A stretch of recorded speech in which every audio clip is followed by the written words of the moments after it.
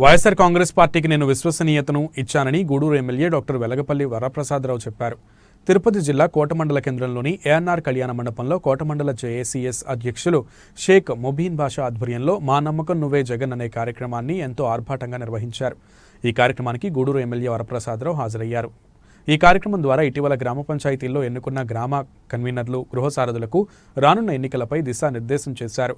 2019 నుంచి అధికారాన్ని చేపట్టిన వైఎస్ఆర్ కాంగ్రెస్ పార్టీ బలోపేతం చేసుకునే క్రమంలో బలమైన నెట్వర్క్ను ఏర్పాటు చేసుకుంటుందని చెప్పారు. ఎంతో రాజకీయ చైతన్యం కలిగిన కోట మండలంలో ముబీన్ బాషా సారథ్యంలో గ్రామ కన్వీనర్లు, గృహసారథులు, గ్రామ వాలంటీర్లు ప్రభుత్వ లక్ష్యాలను పూర్తి స్థాయిలో ప్రజల్లోకి తీసుకెళ్లాలని కోరారు. ఈ సందర్భంగా గృహసారథులకు పంపిణీ చేయనున్న కిట్లను గురించి వివరించారు.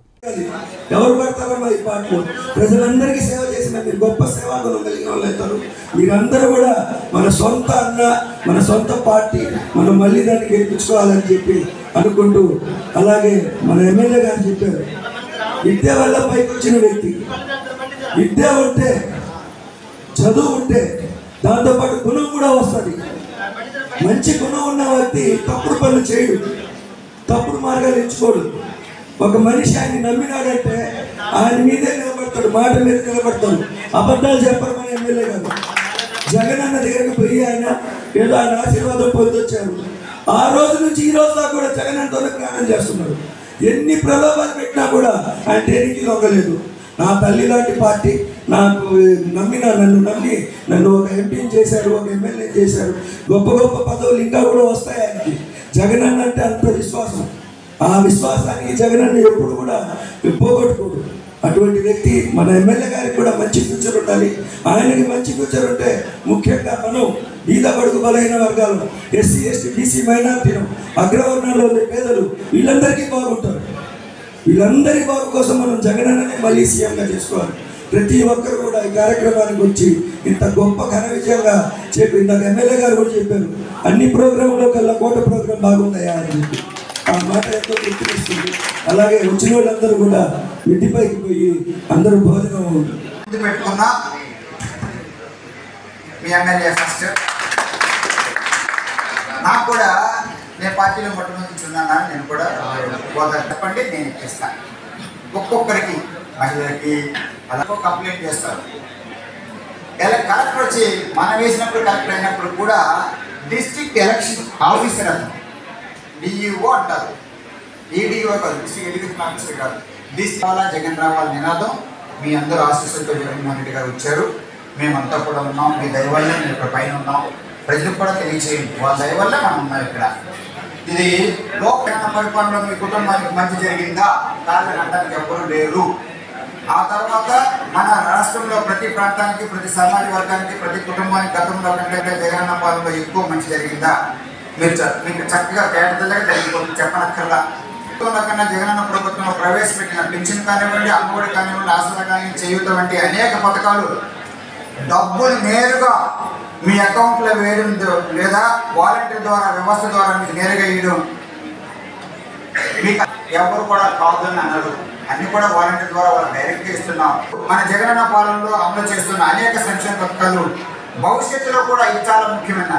మీరు అందరూ వచ్చారు, ప్రతిసారి వచ్చారు. ఒక్కొక్కరికి ఇప్పుడున్న వాళ్ళ నాయకులు ఒక్కొక్క గడపకి నేను వెళ్ళినప్పుడు అందరూ వచ్చారు. వాళ్ళందరికీ జగన్ గారికి వేస్తాం. అది మనం ఉపయోగించుకుందాం. చివరిగా జగనన్న పాలనలో అమలవుతున్న ఈ సంక్షేమ పథకాలు భవిష్యత్తులో కూడా కొనసాగించడానికి జగనన్న నమ్మకం మా మంచి మద్దతు ఇస్తారా? కింద ఉన్న ఫోన్ నెంబర్కి మీరు తెలియచేయండి. ఏంటంటే 8260882960కి మీరు మిస్డ్ కాల్ ఇవ్వండి. వాళ్ళ ఓటర్ దగ్గర నుంచి మీరు మిస్డ్ కాల్ ఇప్పించండి. మీ నెంబర్ నుంచి కావాలి. గృహ సారథులకు మరియు వాలంటీర్స్కు నా యొక్క ధన్యవాదాలు తెలియజేస్తున్నాను. ముఖ్యంగా ఈ యొక్క అవకాశం ఇచ్చినటువంటి మన ఎమ్మెల్యే గారికి మరియు మీరు ధన్యవాదాలు తెలియజేస్తూ ఒకే ఒక సబ్జెక్టుతో ముగిస్తున్నాం.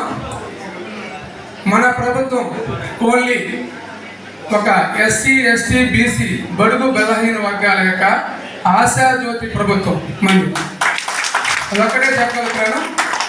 అదేవిధంగా ఎందుకంటే ఇన్ని పథకాలు ఇచ్చినటువంటి ముఖ్యమంత్రులు ఎవరు లేరు. నేను కూడా 2005 నుంచి రాజకీయంలో అడుగుపెట్టాను. మా పెద్దలు పేర్నాని సాంబడి గారి ఆయన యొక్క అనుగ్రహంతో అప్పటి నుంచి కూడా ఎన్నో ముఖ్యమంత్రుల యొక్క పరిపాలన చూస్తూ ఉన్నాం. ఎక్కడ కూడా ఇలాంటి పరిపాలన అందించాల. వాళ్ళు జన్మభూమి కమిటీలను పెట్టి మరి సార్ చెప్పినట్టు ఒక్కొక్క ఊర్లో ఒక 100 మంది పెన్షన్ అర్హత ఉంటే ఒక 10 ఇచ్చేవాళ్ళు. 10 మందికి ఎవరికి ఇవ్వాలి? ఎవరికి? వాళ్ళకి ఇచ్చేవాళ్ళు. మిగతా 90 మంది అక్కడున్న నాయకుల్ని కానీ అందరిని కూడా పిచ్చపోతులు తిట్టేవాళ్ళు. మేము కూడా దాంట్లో కూడా బలైపోయాం గతంలో. కానీ ఈరోజు జగన్మోహన్ గారి యొక్క పరిపాలనలో కులం చూడడం, మతం చూడడం, పార్టీ చూడడం అనేటువంటి విధానంతో ఈరోజు యొక్క సంక్షేమ పథకాన్ని ప్రతి ఒక్కరికి అందిస్తున్నారు. దాంట్లో భాగంగానే అన్ని పంచాయతీల్లో కూడా ఏ ఒక్క నాయకులు కూడా ఈరోజు ఇన్వాల్వ్ కాకుండా వాలంటీర్స్ ద్వారానే ఈ కార్యక్రమాలన్నీ కూడా జరుగుతున్నాయి. అదేవిధంగా బీసీలకు కానీ, ఎస్సీలకు కానీ, ఎస్టీసీకి కానీ ఉన్నటువంటి ప్రతి సంక్షేమ పథకాలన్నీ కూడా మనమే అనిపిస్తున్నాయి ఎక్కువగా.